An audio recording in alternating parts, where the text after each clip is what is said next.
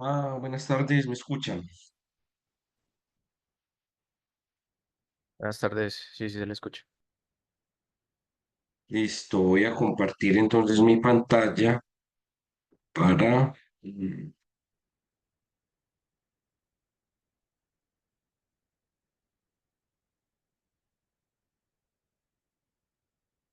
Todos están viendo mi pantalla.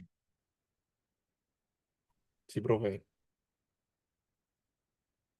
Listo, vamos a continuar mm, con el tema de la última unidad que tiene que ver, uno, pues vamos a ver qué le ocurre los dieléctricos, semiconductores y metales cuando interactúan con la luz.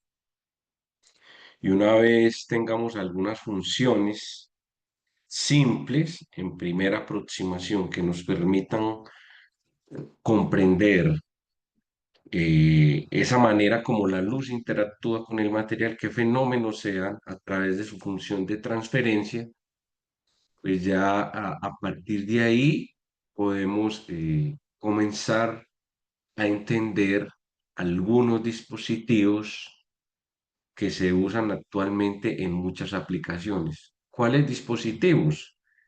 Los láseres, los moduladores, los fotodetectores, los transistores, los diodos, todos esos dispositivos hacen uso de las propiedades eléctricas, las propiedades mecánicas y las propiedades térmicas de uno o diferentes semiconductores que constituyen el dispositivo. Pero además, el dispositivo como tal tiene un funcionamiento interno.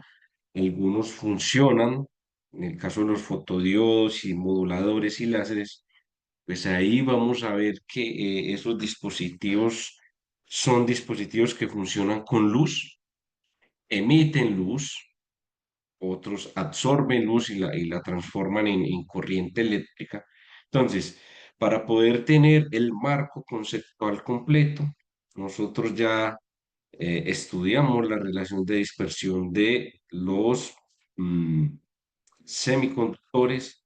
Aquí voy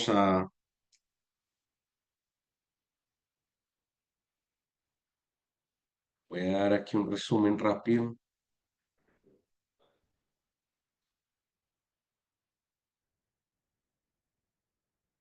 Luego vamos a encontrar la función, la susceptibilidad de primer orden, la polarización de primer orden, eh, estas funciones de transferencia, el índice de refracción para un sistema muy simple. Después podemos empezar a mirar algunos ejemplos y mm, finalmente vamos a estudiar la parte de metales, lo que es el coeficiente de reflexión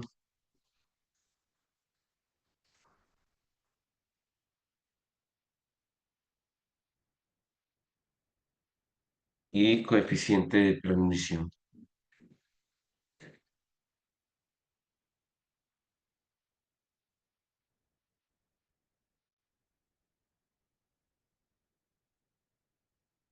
En esencia, mm, para que ustedes entiendan aquí dentro del resumen,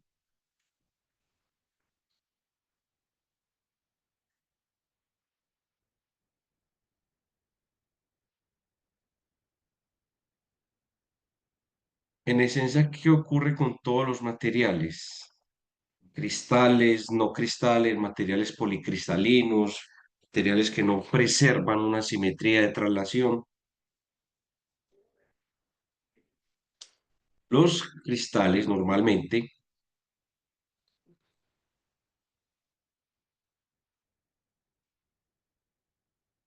cualquier tipo de material, que es acá donde viene el resumen, pues está constituido. Nosotros pensamos inicialmente por simplicidad en un dieléctrico o metal formado por átomos de la misma naturaleza. Y claro, cuando uno piensa en esos átomos, pues el modelo clásico puede ser un core, que son los puntos negros, ¿no? Es que está formado por protones, neutrones, pero bueno, para nuestro caso protones, y los electrones que clásicamente están orbitando entre ese core.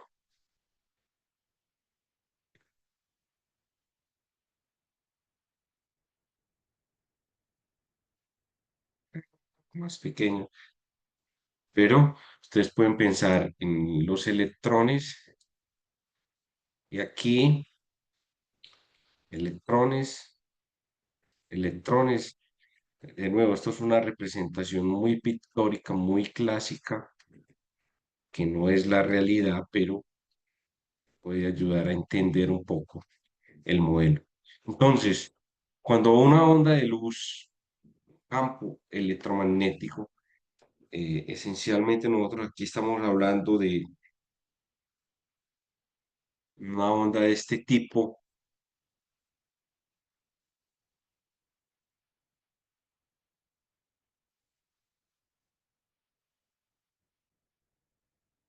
puedo tener un campo eléctrico, un voltaje AC o un voltaje DC, que fue lo que hicimos en la primera parte y hoy vamos a hacer la segunda parte.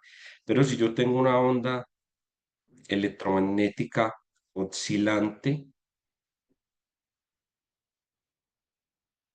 pues esa onda electromagnética con un campo eléctrico, eh, en este caso en la dirección, en esta dirección, oscilando en esta dirección, entonces lo que hace el campo eléctrico al material es poner a oscilar o a mover los electrones dependiendo de cómo sea el campo eléctrico.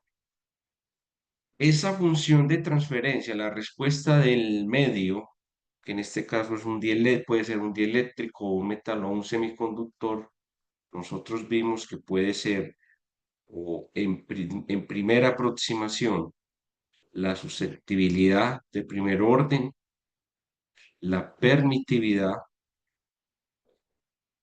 lo que se llama el índice de refracción, que es muy importante, la polarización.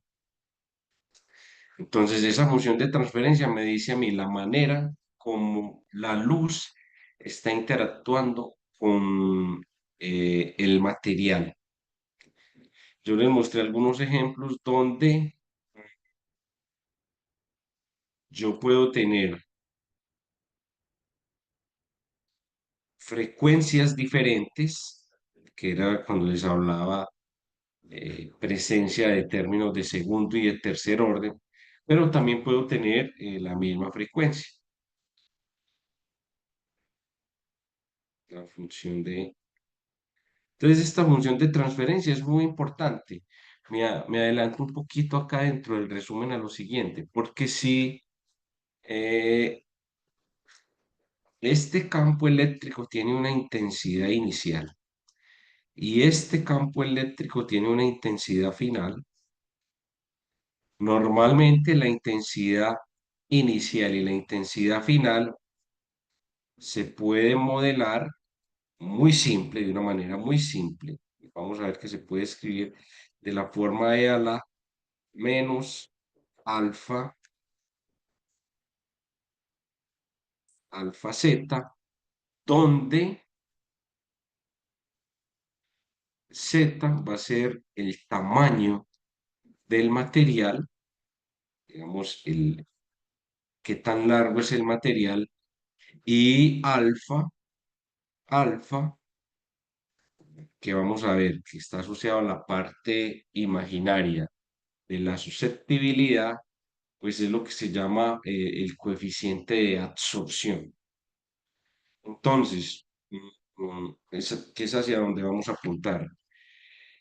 Ese coeficiente de absorción, como esto es una función decreciente, si alfa es mayor que cero, entonces eso significa que esto es una función decreciente, o sea, la intensidad final decae a medida que la luz se propaga por el material. Es una función decreciente. Y eso normalmente se llama absorción de luz. Los materiales absorben luz. Los vidrios, los metales, germanio, silicio, los materiales tienen una ventana de absorción de luz. Nosotros ya vimos que en los semiconductores esa absorción depende mucho de la brecha de energía. Entonces, si alfa es mayor que cero, yo hago un gráfico de I sub f en función de z. Esto es una función decreciente. ¿Qué significa que sea una función decreciente? Pues que a medida que la onda de luz se va propagando dentro del material, la intensidad va disminuyendo con el tiempo. Es un fenómeno muy habitual. Ustedes, eh,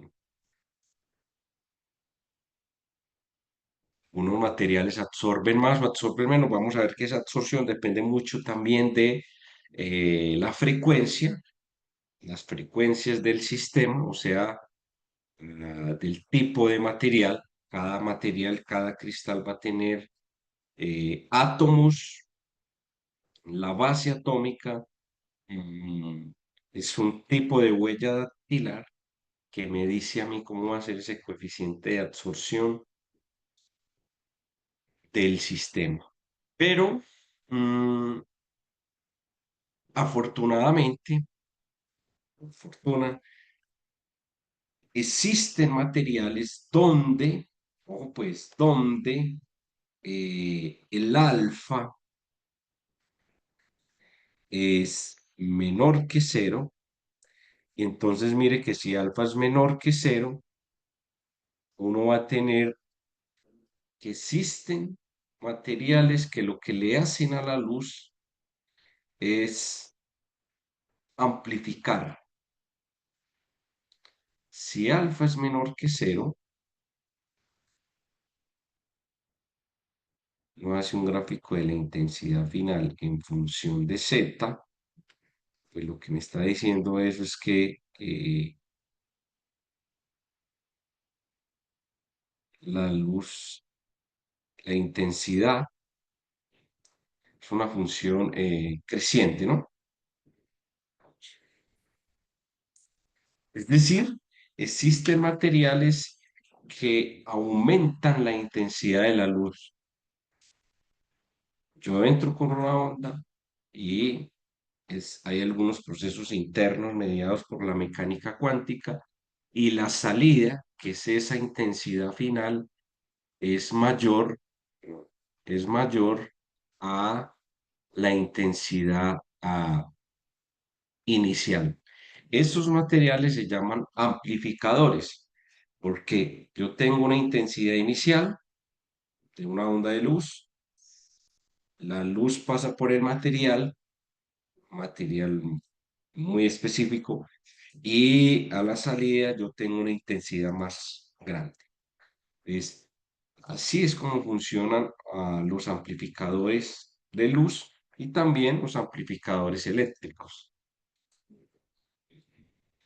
Entonces, vamos a ver que uno de los dispositivos que son las fuentes de luz, los láseres, usan este principio de amplificación para poder generar luz, que es un tipo de luz muy especial. Los láseres son fuentes muy especiales porque la luz posee unas características muy diferentes a cualquier tipo de fuente convencional, por ejemplo, como una fuente térmica. Ejemplo de ello es el sol o una lámpara.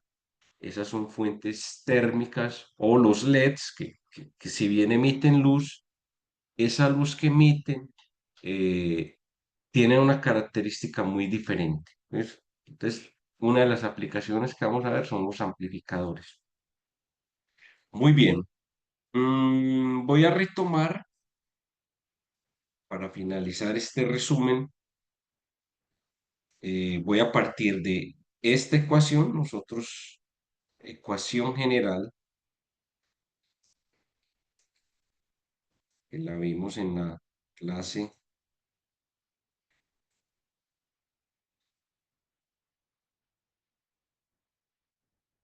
de propagación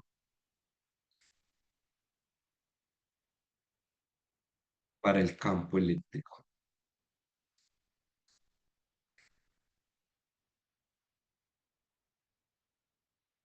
Entonces, nosotros vimos que existe una ecuación general donde, de nuevo, los campos se tratan clásicamente, pero los materiales se tratan desde el punto de vista de la mecánica cuántica.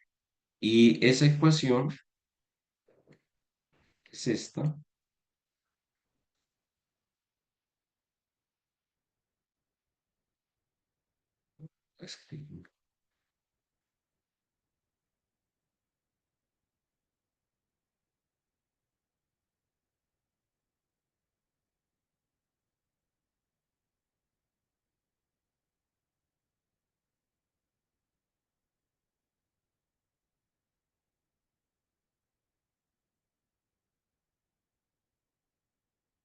Esta es la ecuación general de la interacción de la luz con una onda electromagnética. Si pensamos en esta figura, ¿sí? Pues, sería la función que el campo, en general esta es la ecuación, y es una ecuación muy bonita porque si yo no tengo cargas ni corrientes, entonces lo que voy a tener es la propagación de la onda. Claramente, si no hay material, pues la onda se propaga en el vacío y obedece la ecuación de Maxwell convencional. Pero cuando estoy dentro del material, resulta que esta P se convierte en una nueva fuente de luz y eso significa que los electrones, el sistema, absorbe la luz y la puede reemitir y eso trae un sinnúmero de fenómenos como nuevas frecuencias. Pero también está involucrado un término de J que es corriente y esa corriente se usa para el caso de metales. Muy bien, entonces esa es la ecuación general. Lo otro fue que en la clase pasada mm, nosotros comenzamos para poder encontrar las funciones de transferencia. ¿Tiene alguna pregunta hasta acá?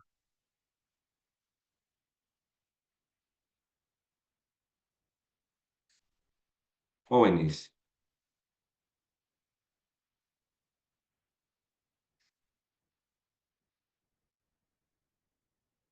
¿no? Se está escuchando bien y se está viendo bien. Sí, profe, se escucha bien, no hay preguntas.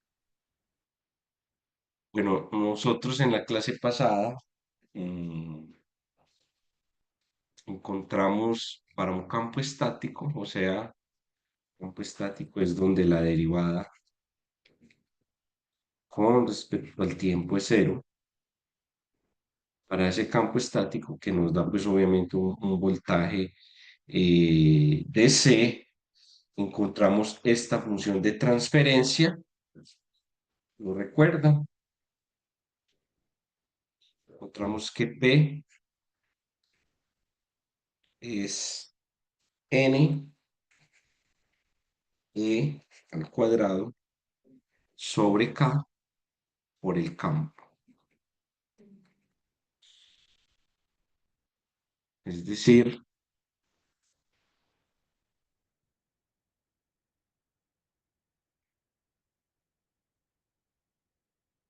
si yo aplico un campo, un campo estático,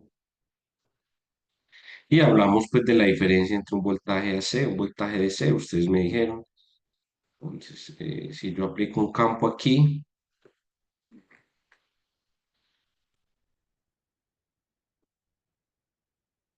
estático, ese campo lo que hace es tratar de que los electrones en el material se vayan en esta dirección, sentido opuesto,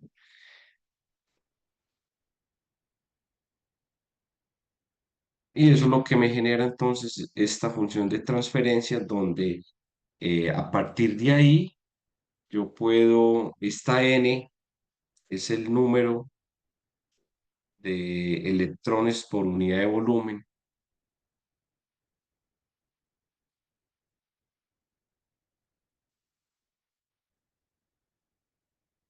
y son muchos.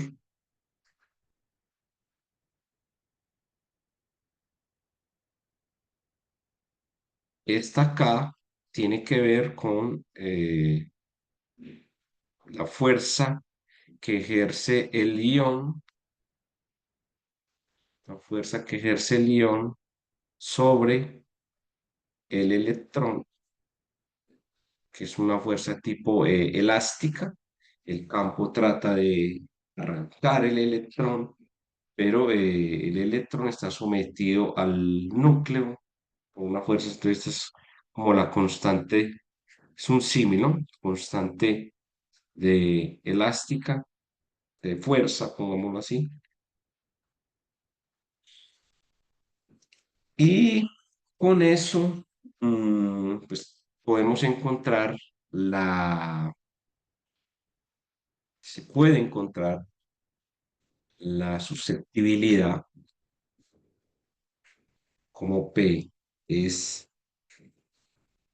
la polarización, claro, de primer orden, que es la que nos interesa, es E sub 0, Q1 por E. Entonces, si yo igualo estas dos ecuaciones, esta de acá, eh, las igualo, me queda que E sub 0 por Q1 es igual a N, E al cuadrado sobre K.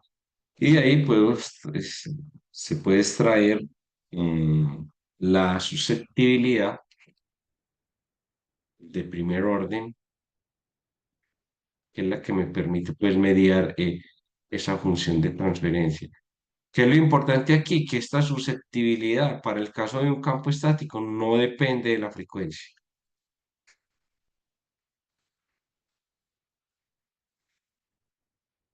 ¿Qué significa que no dependa de la frecuencia? Pues que es la misma para cualquier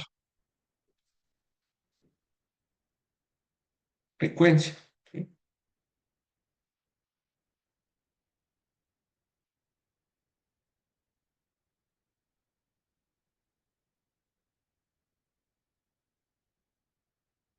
¿Alguna duda, pregunta?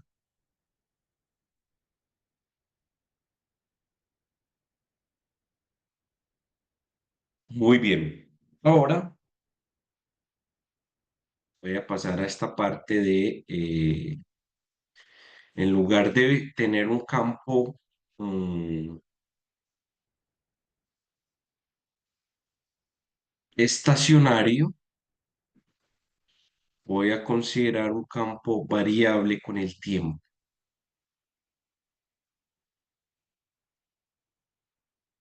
Y ahí vamos a ver viene la riqueza de lo que son las funciones de transferencia. Campo eléctrico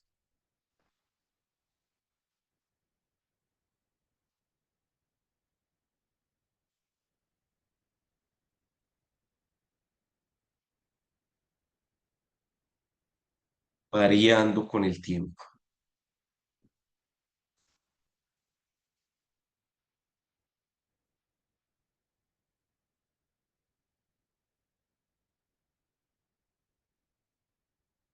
Entonces, un campo eléctrico variando con el tiempo puede ser un campo de esta forma. Es E,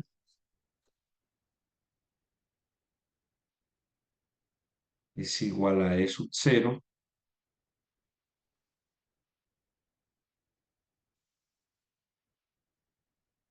coseno de omega t. Es un campo oscilante donde la polarización la da el vector E sub cero. ¿Ahí qué ocurre? Ustedes saben que si yo tengo un material,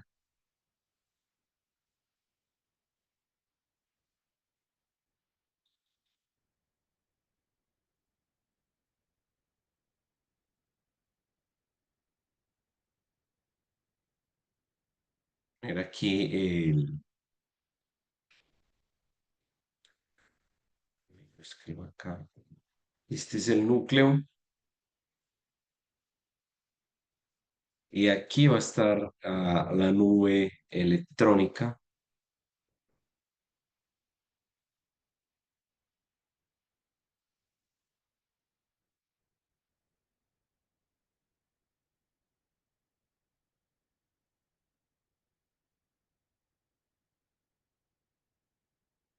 Está sometido, obviamente, el electrón, se estará sometido a una fuerza. Entonces, ¿qué pasa? Si yo este átomo lo ilumino con una onda, es claro que esta onda, voy a ponerlo acá, qué feo.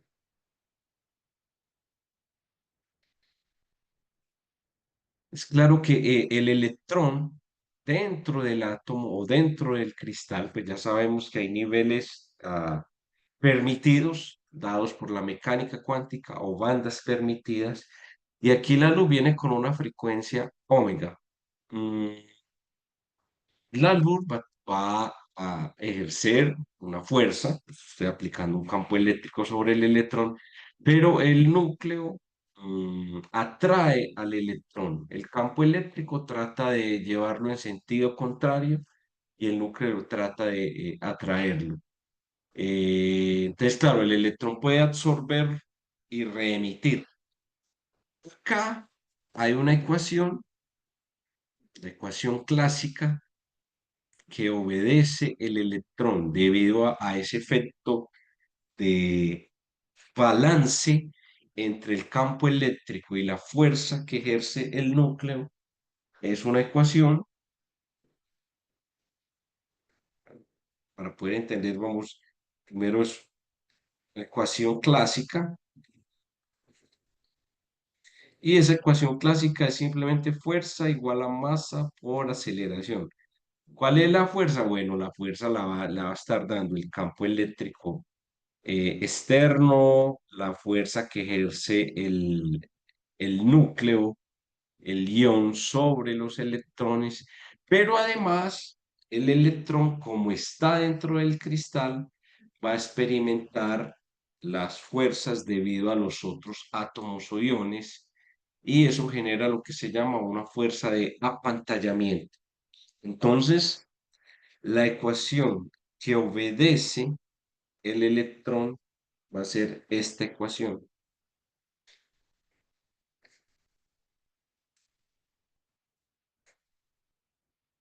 Mire, fuerza, la aceleración es la segunda derivada de la posición con respecto al tiempo. ¿De qué posición estamos hablando? De la de los electrones. Y lo único que va a cambiar es que va a aparecer este término que tiene que ver con lo que les estoy diciendo, el apantallamiento de, el electrón dentro del material, porque una cosa es tener un electrón libre, que yo aplico un campo eléctrico y él se acelera, pero otra cosa es tener un electrón dentro del cristal. Entonces, este término de acá tiene que ver con el apantallamiento, y ustedes pueden pensar en este término también clásicamente como una bolita dentro de un fluido. Si yo tengo un recipiente y dejo caer una bolita sin fluido, pues yo voy a tener ahí, puedo calcular la velocidad de caída, el tiempo de caída, todo. Pero si la tengo dentro de un fluido, como el fluido es viscoso y tiene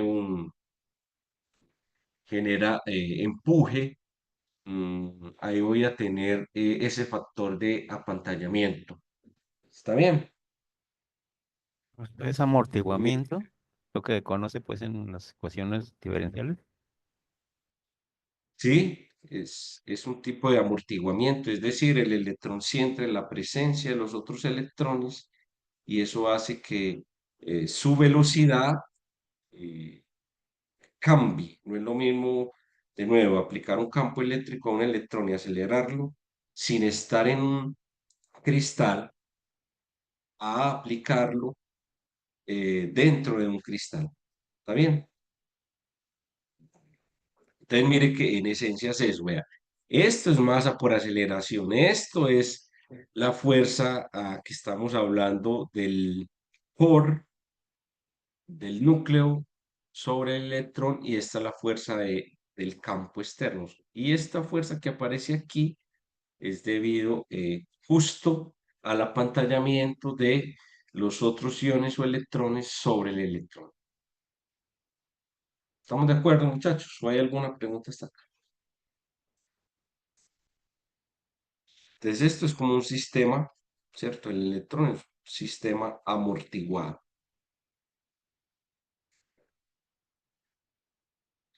¿Por qué un sistema amortiguado? Porque en los sistemas amortiguados, vos tenés una fuerza externa, tenés el sistema que tiene una frecuencia de vibración propia y dependiendo de cómo sean las frecuencias, el sistema va a ganar o va a perder energía. ¿Correcto? Entonces voy a escribir eso acá. Este término,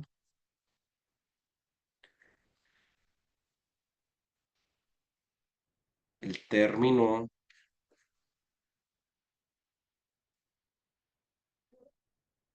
M, gamma,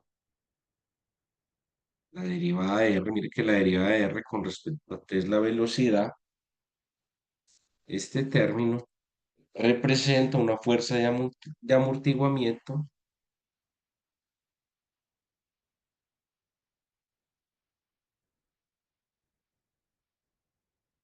fuerza de amortiguamiento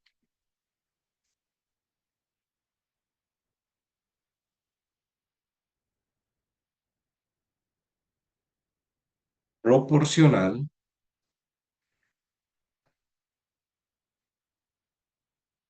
a la velocidad del electrón.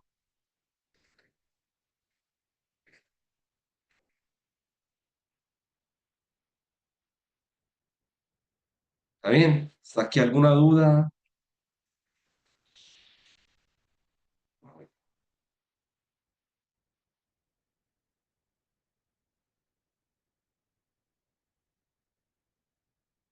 Una cosa importante en este esquemita que yo les dibujé acá. De nuevo, una cosa es la frecuencia externa del campo, de la luz, de la radiación con la que va a interactuar el electrón y otra cosa es esta frecuencia interna que tiene que ver con los niveles de energía o las bandas de energía permitidas que tiene el electrón debido a la mecánica cuántica. Estas frecuencias, es que la vamos a ver ahorita, se llaman frecuencias propias,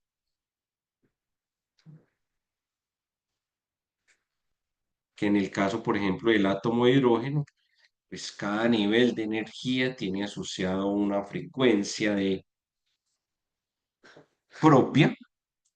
Entonces va a ser muy interesante porque dependiendo de cómo sea la frecuencia externa con respecto a la frecuencia propia, yo voy a tener un sistema altamente resonante, o sea, que puede absorber mucha luz o emitir mucha luz, o el sistema se va a comportar como un medio transparente o puede ser un medio semitransparente. ¿Está bien?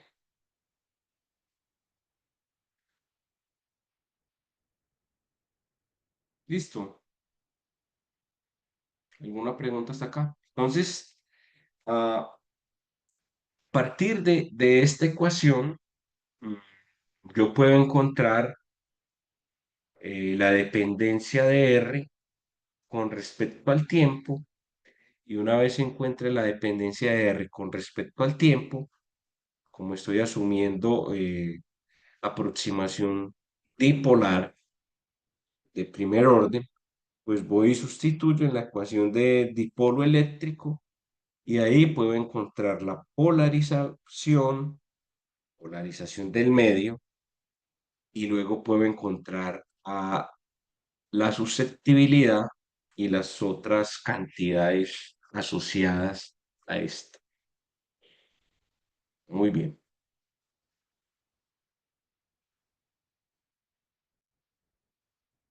Entonces,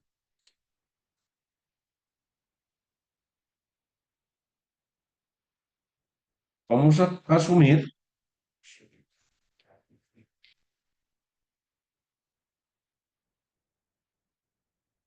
pongamos que el campo eléctrico sigue una ecuación armónica,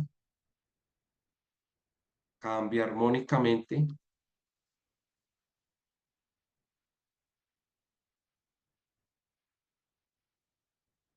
La forma E igual a E sub 0, E a la menos I, omega t, donde I es la unidad imaginaria, omega la frecuencia y t es el tiempo. Y la posición del electrón es este.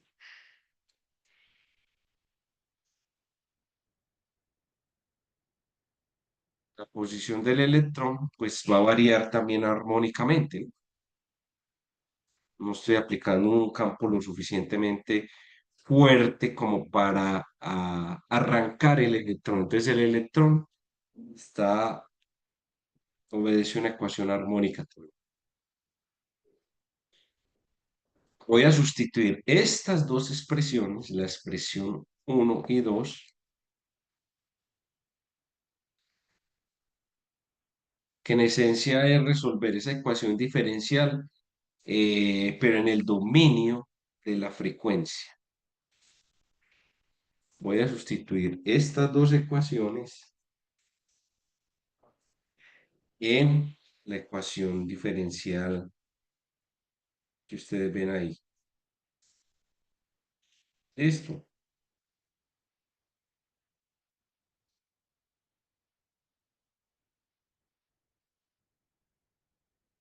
Muy bien.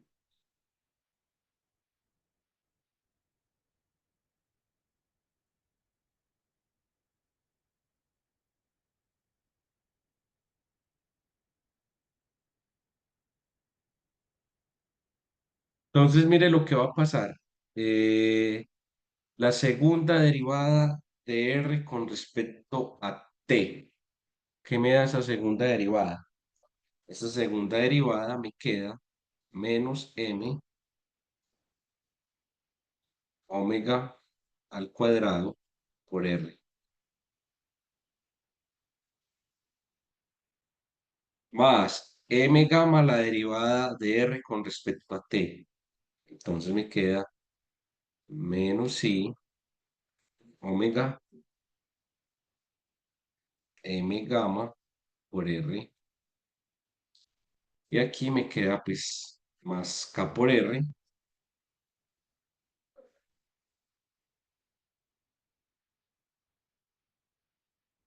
Y esto es igual a menos E por el campo eléctrico. Y ahora lo que voy a hacer es a sacar factor común, que antes esto es menos m omega al cuadrado menos i omega m gamma más k por r. Eso es igual a menos e por el campo eléctrico. Y ya puedo entonces encontrar la posición. Esa posición me queda que es menos e por el campo eléctrico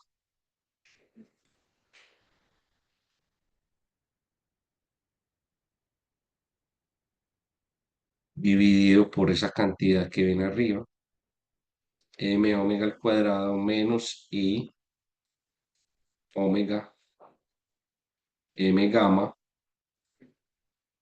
más k, y eso me dio r, entonces ya tengo r, voy a encerrarlo acá en rojo. Después vamos a ver los ejemplos donde se traduce esto en la vida real. Listo. Jóvenes, ¿hasta aquí hay alguna pregunta, inquietud, duda?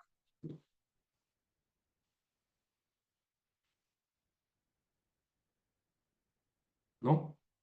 Nadie. ¿Mm? Bueno, ese R era el R sub O, pues el R sub cero. No, es R solo. Es R solo. Es el R, es este R de acá.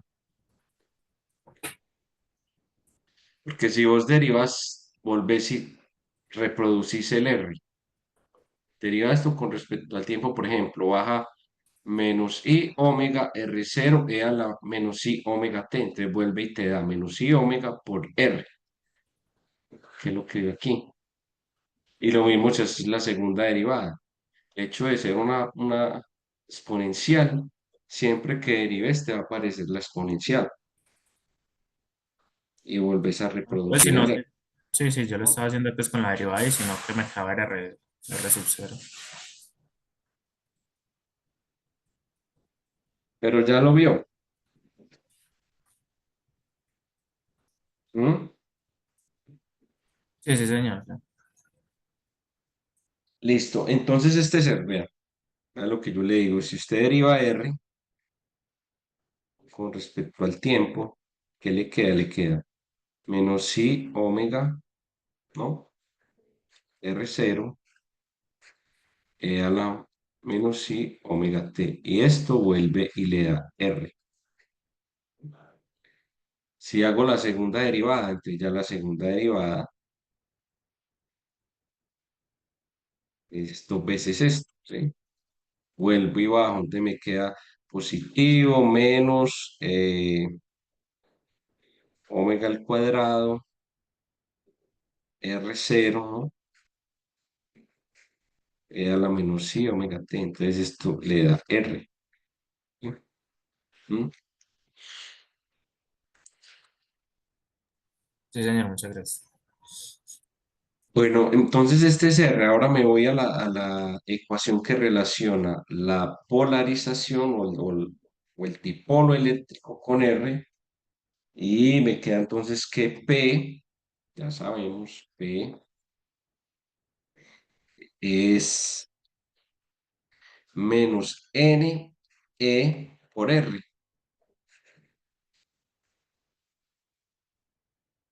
Entonces sustituyo el R. Entonces la polarización, recuerden que N es el número de dipolos por unidad de volumen.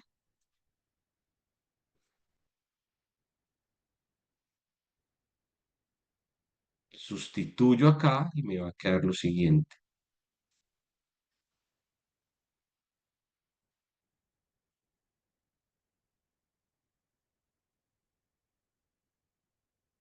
Tengo que P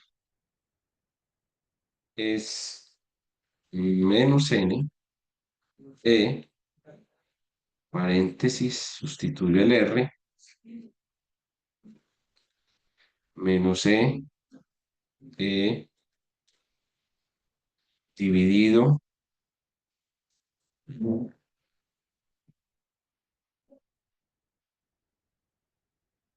menos M omega cuadrado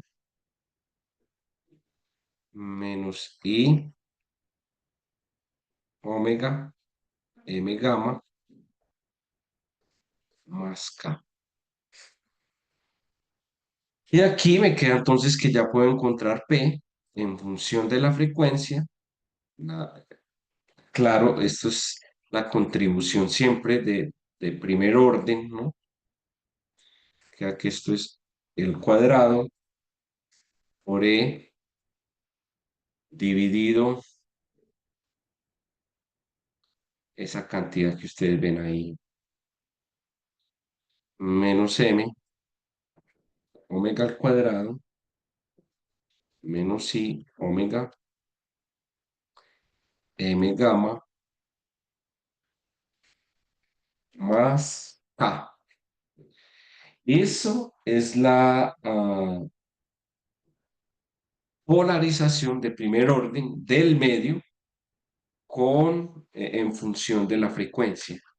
Miren que si omega es cero, o sea, si el campo es un campo estático, significa que omega es cero, y llego a la ecuación anterior donde yo tenía que, en este sistema, ojalá acá, en este sistema, perdón, ¿dónde fue que puse la expresión para el campo estático? Creo que fue por aquí.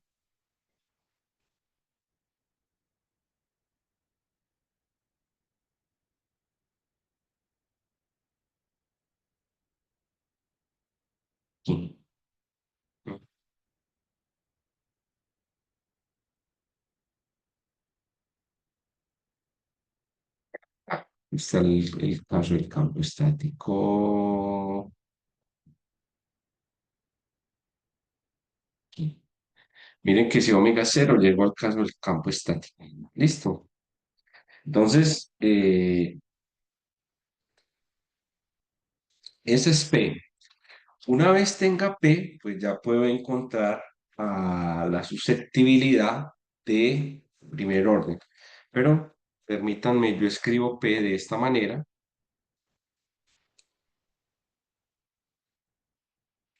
P en función de omega. Voy a dividir por M. Me va a quedar esto. N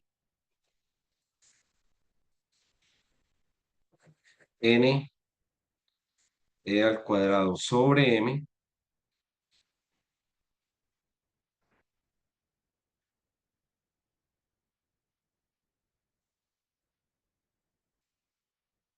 dividido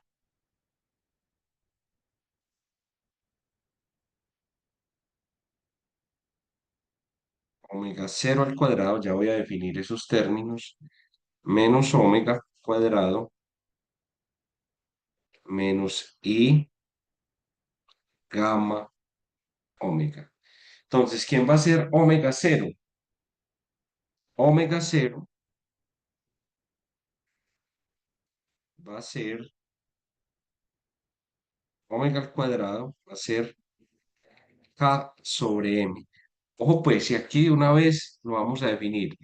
Esta omega cero, para nuestro caso, estamos hablando de un sistema con un solo átomo, esta omega cero al cuadrado va a ser la frecuencia propia, ¿no? Frecuencia propia de mi sistema, o también lo llamamos la frecuencia de resonancia. Frecuencia de resonancia. Mire que lo que hice simplemente fue sacar factor común m en la expresión de arriba y sustituir omega al cuadrado. Frecuencia de resonancia. Es claro que esta P tiene parte real y parte imaginaria por este término que hay acá, que es la unidad imaginaria. Entonces lo que vamos a hacer ahorita es, eh, a partir de P podemos encontrar la expresión para la susceptibilidad y luego encontramos la parte real y la parte imaginaria. Y después de eso le damos la interpretación física que se requiere. Muy bien, dudas hasta acá. Entonces ya tengo P. Eh, ahora aquí me falta el E. Como ya tengo P y yo sé que P es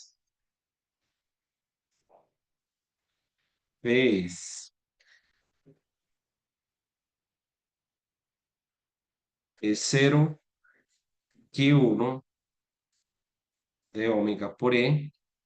Entonces igualo estas dos expresiones y me queda entonces que la susceptibilidad de primer orden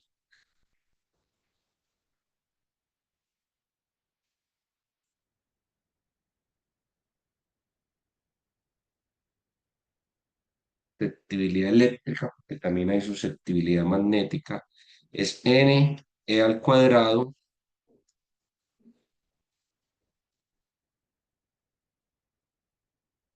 n e al cuadrado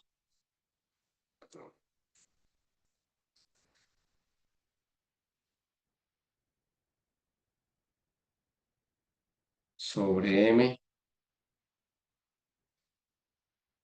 multiplicado por E0, que abro un paréntesis, me queda que esto es 1 sobre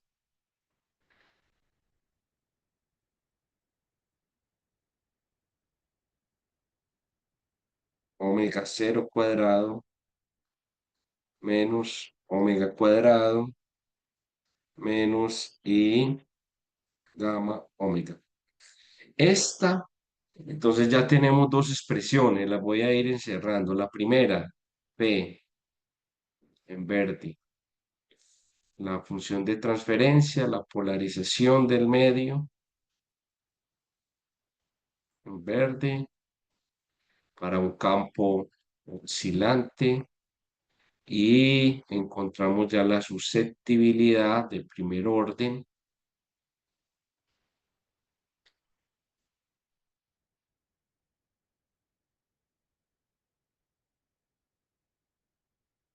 que en este caso nosotros estamos hablando es para materiales dieléctricos donde la corriente es cero.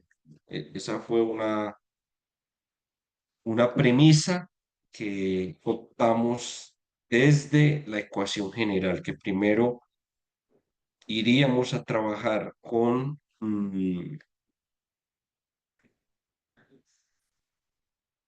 dieléctricos y después con metales y semiconductores.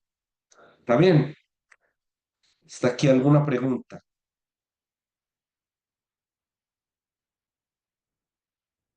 Una vez tenga Q sub e, entonces puedo encontrar n al cuadrado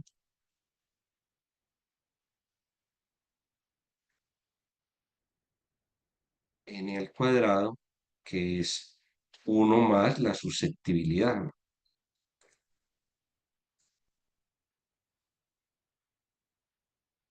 Ese sería n al cuadrado, es decir, n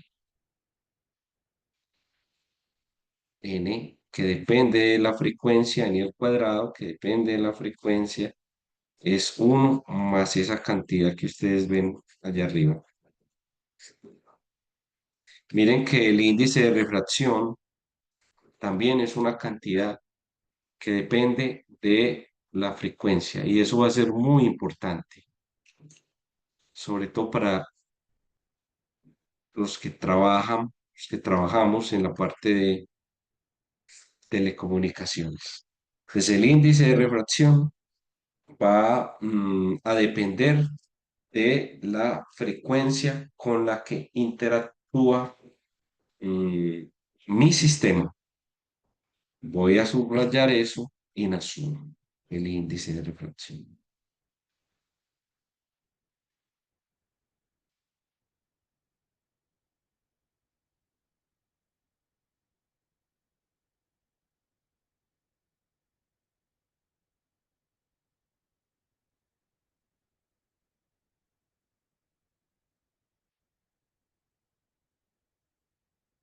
Muy bien. Ah, y también puedo encontrar la susceptibilidad, la permitividad. Entonces, la permitividad, el n raíz de e es el n.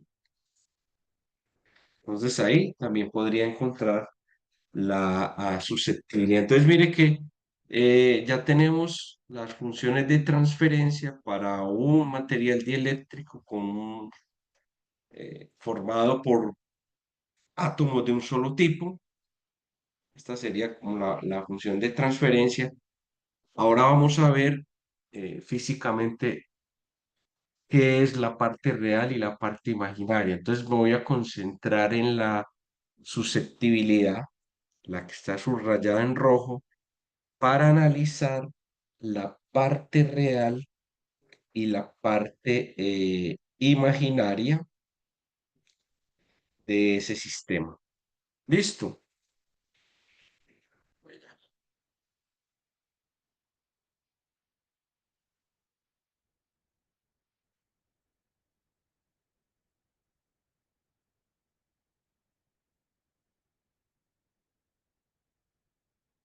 Parte real e imaginaria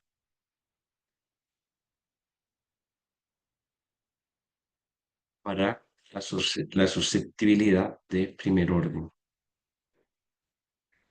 Entonces, voy a escribir la susceptibilidad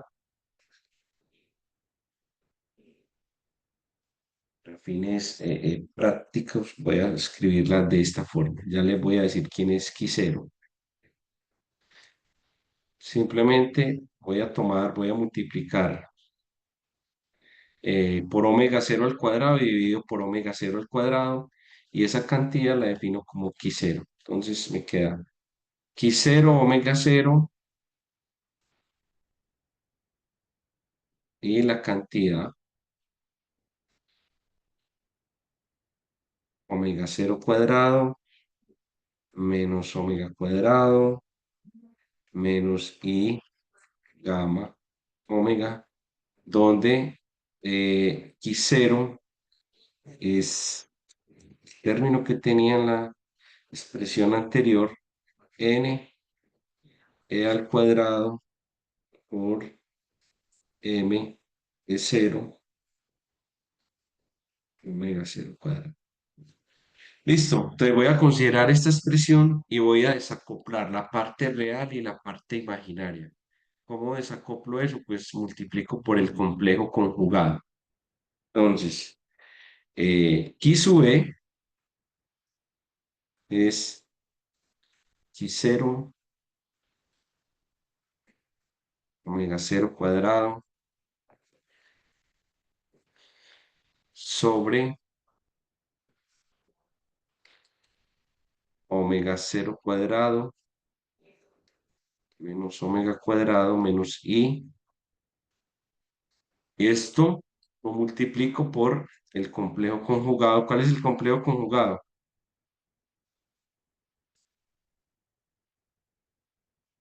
¿Cuál Parte es? imaginaria con signo contrario. Entonces me queda omega cero cuadrado menos omega cuadrado más I gamma omega dividido omega cero cuadrado menos omega cuadrado más I gamma. Muy bien. Entonces, lo de arriba, esa susceptibilidad me va a quedar, multiplico ahí el numerador con el numerador, me queda Q0 omega cero cuadrado, omega cero menos omega cuadrado más I gamma omega. Y aquí en el denominador me va a quedar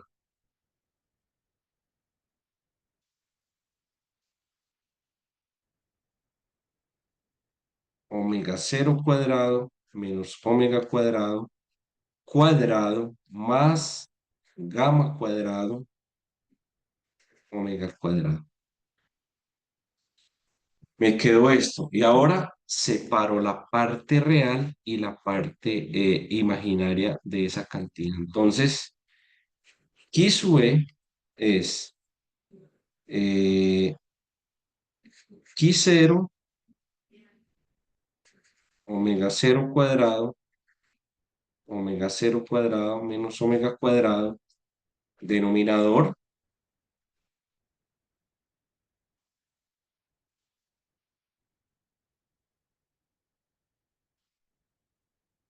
omega cero cuadrado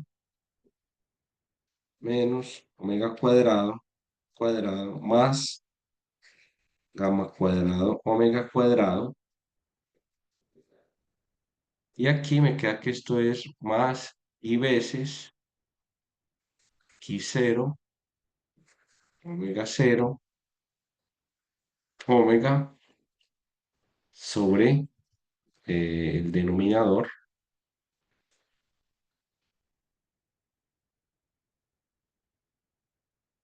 que es omega cero menos omega cuadrado más gamma cuadrado, omega cuadrado. Entonces, esta expresión que hay acá, esto es Y la arriba, parte, arriba no le falta una R, profe. X0 W0 al cuadrado por W por R, ¿no es? puede ser, es gamma, gracias. Gamma, gamma, gamma. Aquí.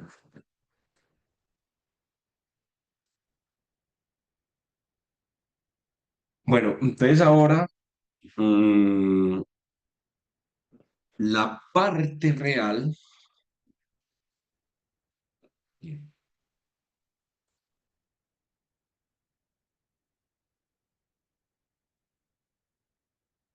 parte real, miren que la parte real la voy a llamar con la susceptibilidad, la parte real, claro, de primer orden, es esto, y cero, omega cero al cuadrado menos omega cuadrado, dividido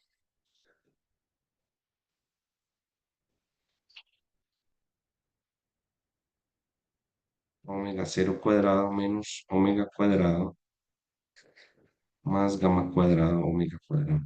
Y la parte imaginaria,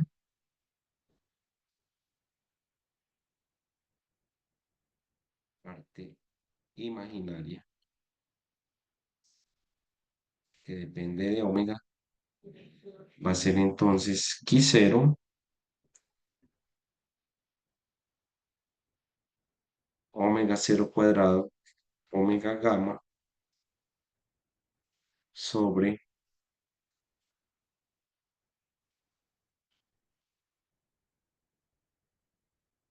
omega cero cuadrado menos omega cuadrado.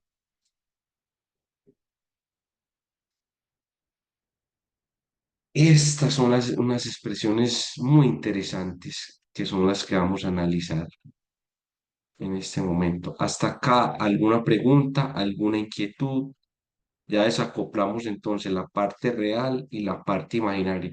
Recuerden que si conocemos la susceptibilidad, pues puedo conocer el índice de refracción, la permitividad y la polarización del sistema.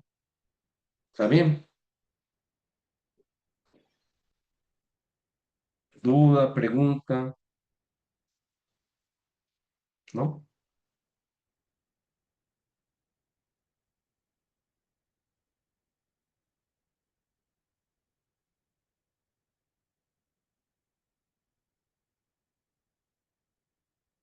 Profe, entonces, ¿qué interpretación física tiene esa parte real y parte imaginaria?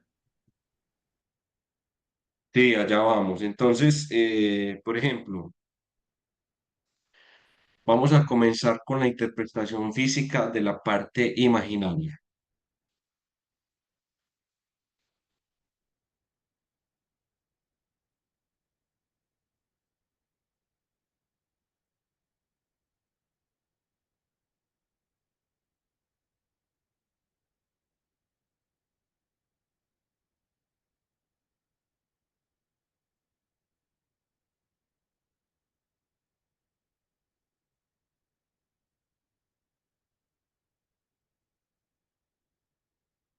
parte imaginaria de la susceptibilidad. Listo. Entonces, la parte imaginaria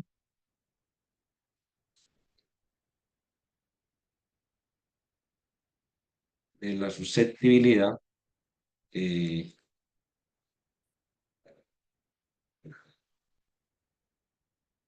tiene esta dependencia.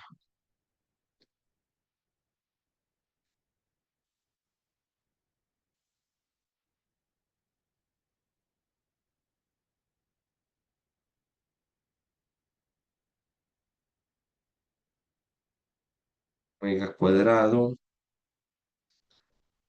es omega cuadrado, más gamma cuadrado, omega cuadrado. Para poder entender esto, pues primero vamos a mirar el comportamiento de esta función matemáticamente. ¿Qué pasa si omega es igual a omega cero? ¿Cuánto vale la parte imaginaria?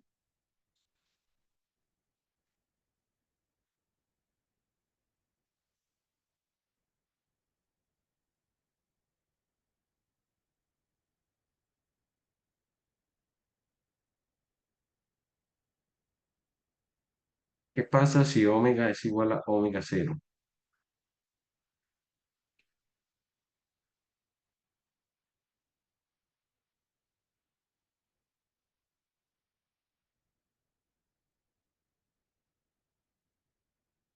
Me está faltando un qui cero, ¿cierto? De acá.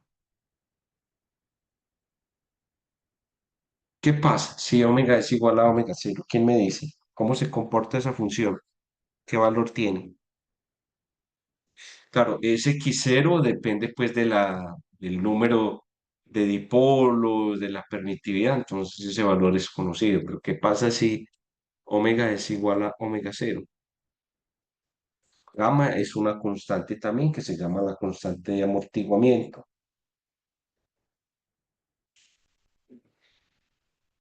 A ver, ¿cuánto me da? Si omega es,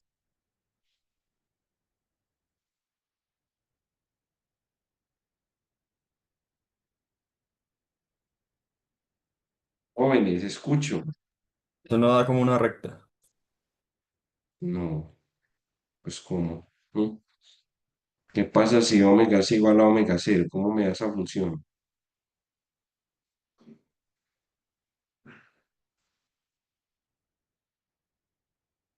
No sé, en función No de... quedaría como Q0 por omega sobre gamma. Ajá. Eso da. Entonces, ¿qué sube evaluado en... ¿Y qué es lo que es omega cero? ¿Quién me queda? Qui cero, no. Omega cero sobre gamma, ¿no? Y me recuerdan qué es lo que es omega cero Frecuencia físicamente, propia del sistema. que es dada por quién,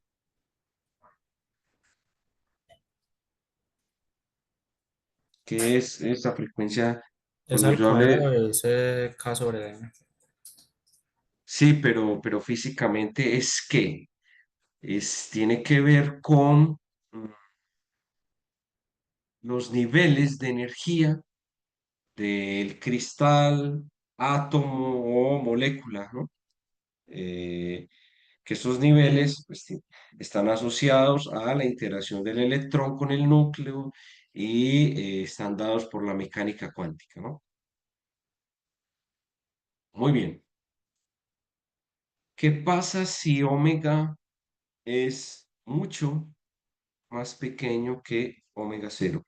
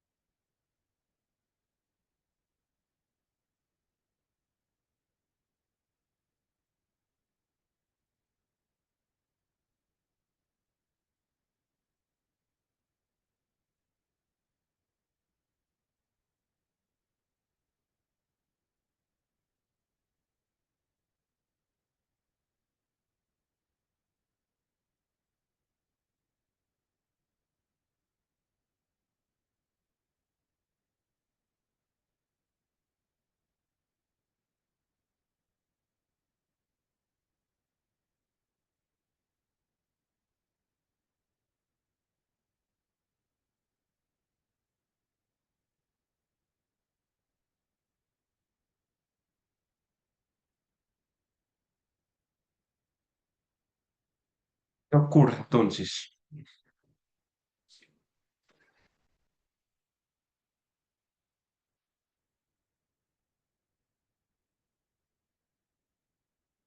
O sea, esto también se podría expresar de qué pasa si omega es mucho más grande que omega. ¿Qué pasa?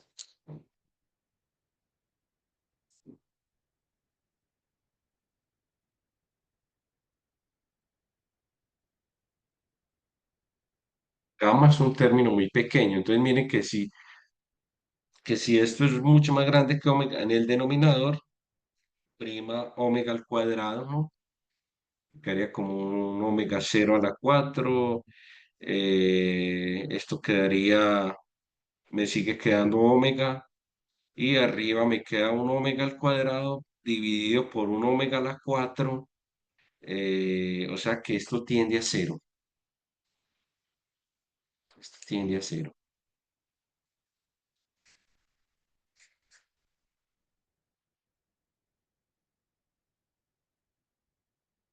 Igual a cero, aproximadamente cero. ¿Qué pasa si omega es mucho mayor que omega 0? Entonces también abajo me queda omega a la 4, omega a la 4 sigue siendo mayor que omega a la 2 y esto también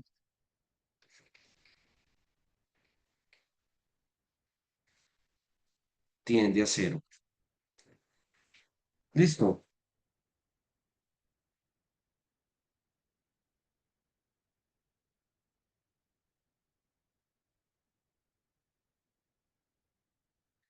¿Qué pasa en las cercanías cuando omega, eh, que es un ejercicio que ustedes van a hacer? ¿Qué pasa si omega no es igual a omega, sino que si omega está muy cercano a omega 0, sin ser igual a omega 0 en la vecindad? Entonces ustedes van a demostrar que esta función eh, se comporta como una lorentziana. ¿Listo? Como un ejercicio.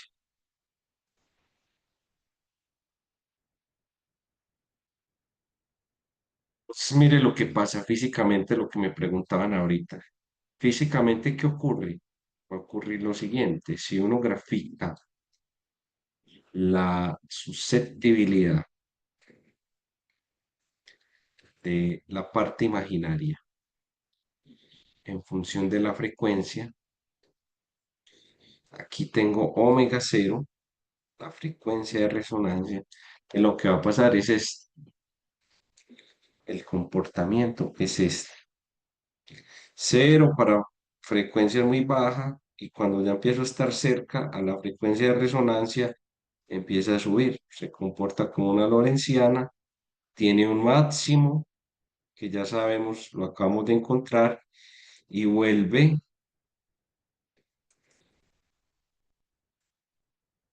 Se van a demostrar, es un ejercicio que les dejo. Listo.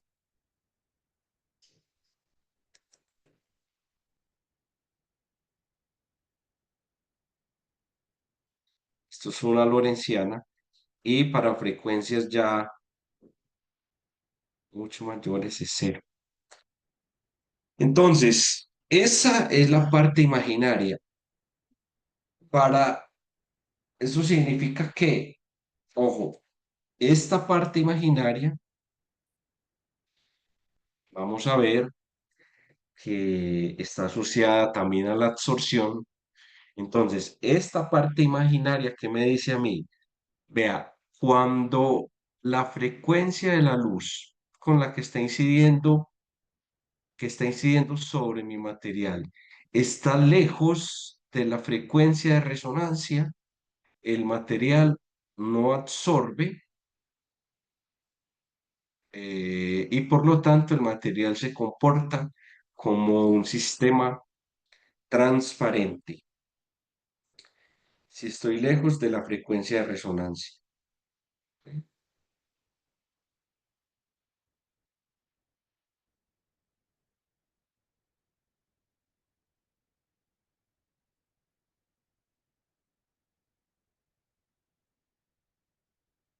Y estoy por frecuencias por debajo de la frecuencia de resonancia y lejos, tampoco el material no se comporta como se comporta como un sistema transparente.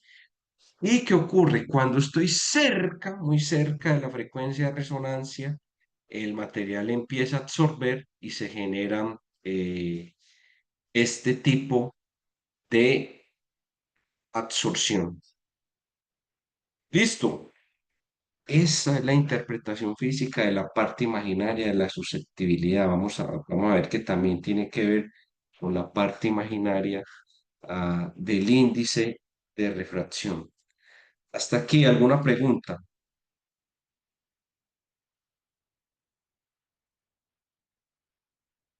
¿No? ¿Todo bien? Entonces, miren, en general, vamos a ver que en general, solo estoy en esta parte de la parte imaginaria. En general, ustedes van a ver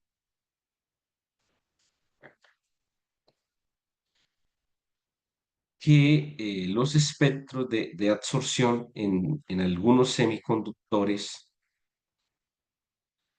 ahorita les muestro una página que es interesante para que vean eso.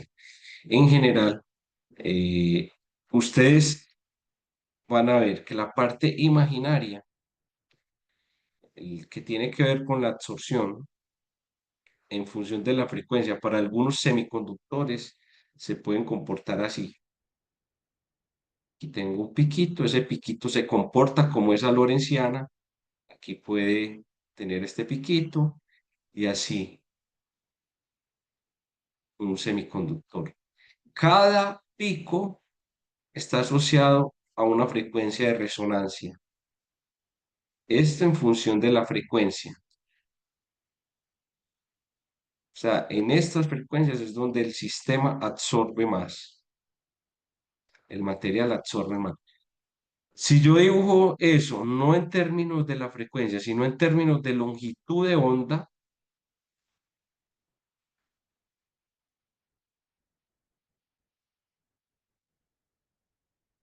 pues voy a tener un comportamiento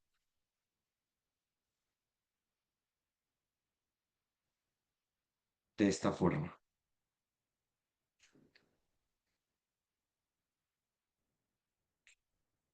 Pico aquí, pico aquí. El espectro de absorción decae con la longitud de onda, donde cada una de estas es una frecuencia. Y ustedes dirán, oh, bueno, ¿y eso para qué me sirve? Esto me sirve para conocer en qué región el material absorbe mucho o absorbe poco. Y ya con esa información, pues yo sé si el material me sirve para diseñar dispositivos en infrarrojo, en el visible, en ultravioleta, en rayos gamma y en qué región. Por ejemplo, estas regiones son unas regiones muy buenas donde el material se puede comportar como puede absorber bastante luz.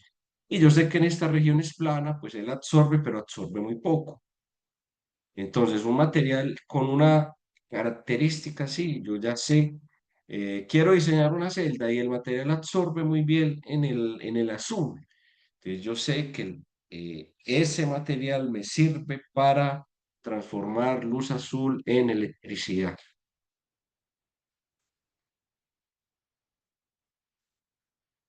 ¿Listo, muchachos? ¿Sí ven eso?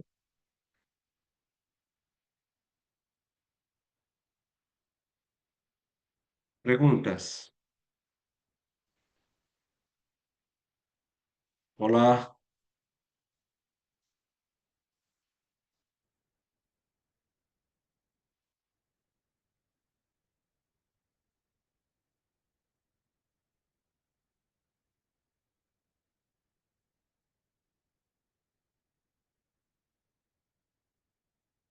Muy importante. Bueno, yo sé que muchos no asisten, algunos no asisten a clase, otros asisten, pero, por ejemplo, el tercer examen, una pregunta, un punto que yo les puse en el tercer examen fue un punto que yo expliqué en alguna de las clases y era un punto cuya solución son dos renglones. Eh, pero si no asisten a clase o no ven las grabaciones, era difícil que lo se hubiesen solucionado. Entonces la invitación es, si no voy a asistir a clase, pues veo la clase por Zoom. Ok. Voy a mostrar aquí una página de... mm, yo-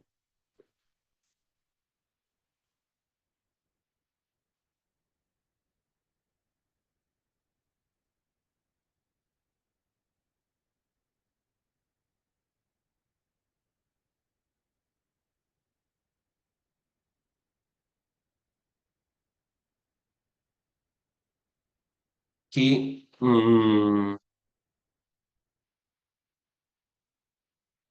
ya les voy a decir qué es esto, pero es en esencia la parte real y la parte imaginaria.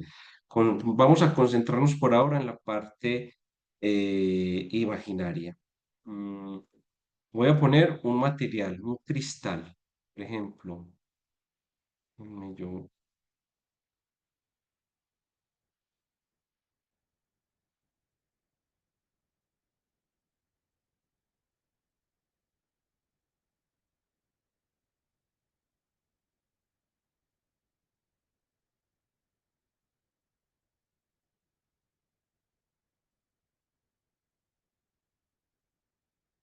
eh, vamos a pensar en este arsenuro de galio indio que se usa mucho en aplicaciones militares y en la región del infrarrojo.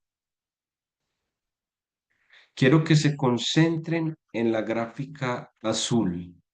La gráfica azul es una gráfica, ya lo vamos a escribir matemáticamente, que representa la parte imaginaria de la susceptibilidad, que es lo que acabamos de ver. Miren que este material, por ejemplo, cuando se mide el espectro de absorción, mm, él tiene esta función de transferencia. Entonces, lo que les decía, la primera partecita, el primer pico, mire que es aproximadamente una lorentziana. Aquí yo tengo una absorción máxima y como el gráfico de esa parte es en términos de la longitud de onda, entonces la absorción va disminuyendo a medida que aumenta la longitud de onda. Aquí tengo otra frecuencia de resonancia. Claro, la lorentziana es muy ideal porque existen otros fenómenos dentro del material que pueden alargar o deformar un poco esa forma funcional de la lorentziana. Pero miren que este material, si ustedes ven en el rango entre 280 y 400, tiene una absorción muy buena, pues aquí solamente se ve el espectro hasta esa región.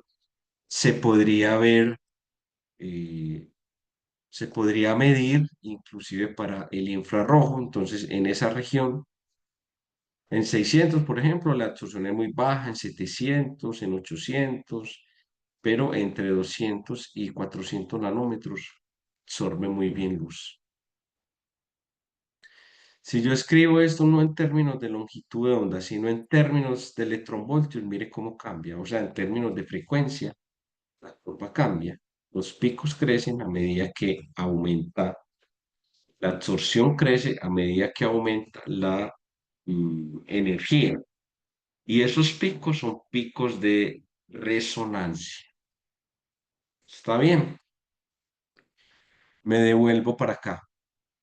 Eso que ustedes vieron allá como n y k, como yo sé que n al cuadrado,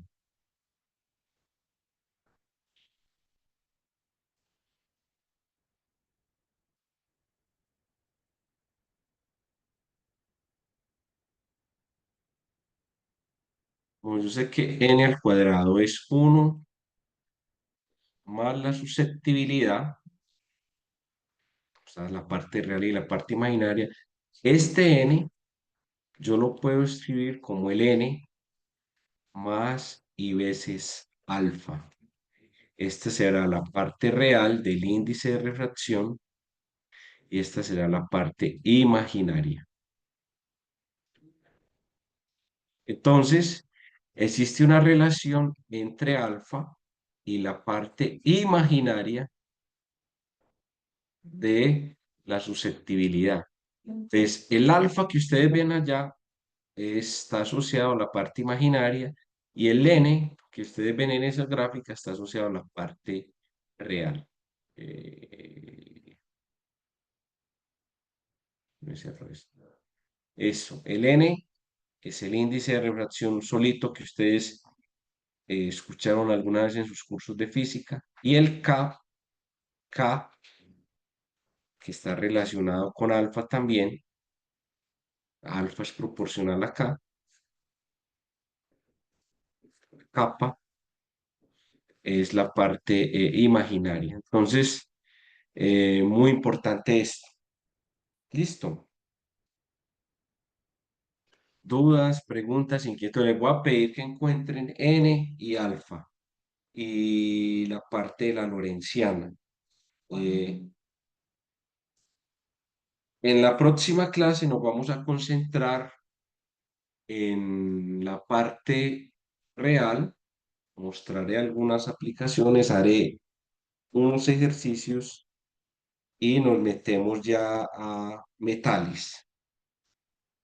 Listo.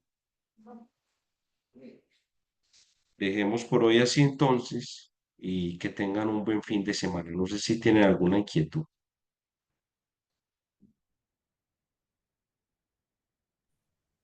Profe, Bueno, el muchísimas gracias. martes va a hacer revisión del parcial o ¿para cuándo quedaría? Todavía no lo he revisado. Listo. Todavía no lo sé calificado. Ok, gracias. Bueno, hasta luego. Gracias, profe. Luego, profe.